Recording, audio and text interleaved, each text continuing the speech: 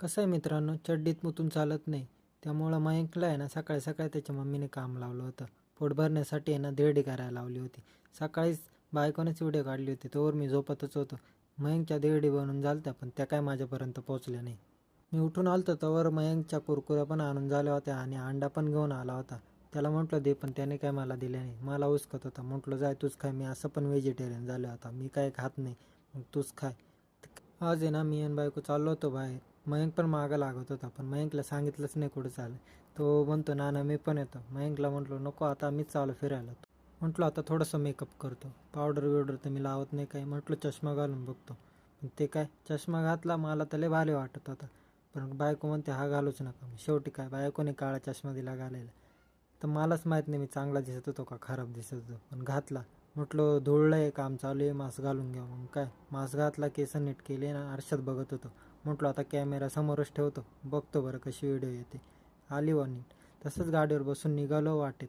बायकोला म्हणलं तो व्हिडिओ काढ, पण बायकोला काय व्हिडिओ काढताच येत नव्हते. पुढे आहे ना जाता आता श्री साईबाबांचे आहे ना दर्शन झाले. त्यांचे दर्शन घेऊन पुढं निघालो. मी म्हटलं बायकोला व्हिडिओ काढता येत नाही, पण नंतर पाहिलं तर बायको माझ्यापेक्षा चांगले व्हिडिओ काढते. मग म्हटलं काय, आता कॅमेरामॅन तर झाला आपल्याला रेडी. आम्ही ज्या मंदिरात जाणार होतो ना त्याच्याच गेटवरती होतो, पण तिथून पण ते मंदिर लय लांब होतं बरं. आज आहे ना रविवार होतं, त्यामुळे पुण्याची ट्रॅफिक आहे ना सगळी इकडे आली होती. नुसत्या गाड्याच दिसत होत्या. त्यात रस्ता पण एवढा खराब झाला होता. आम्ही पण तिथं 15 सेकंदात पोचलो होतो. भरपूर लोक आहे ना जेवण बनवत होते आणि दर्शनाला चालले होते. आम्ही पण गाडी पार्किंगला लावली. म्हटलो आम्ही पण जातो, नाही तर लय लांब रांग लागेल. मग आम्ही काय केलं, पुढं गेलो. चप्पल काढायची कुठं, लोक आज ते पण चोरून येतात. मग म्हटलं चप्पल पण काढून नारळानं हार पण घेऊ. मग काय, एका ठिकाणी नारळ हार घेतला, तिथंच चप्पल काढली. हार वगैरे घेऊन ये ना, म्हटलं आता जाऊन पटापटा दर्शन घेतो.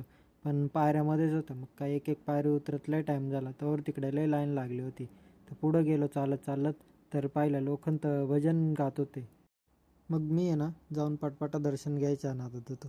बायकोला म्हटलं तू व्हिडिओ काढ, तुला जमल तसं, मी जाऊन आहे ना दर्शन घेतो.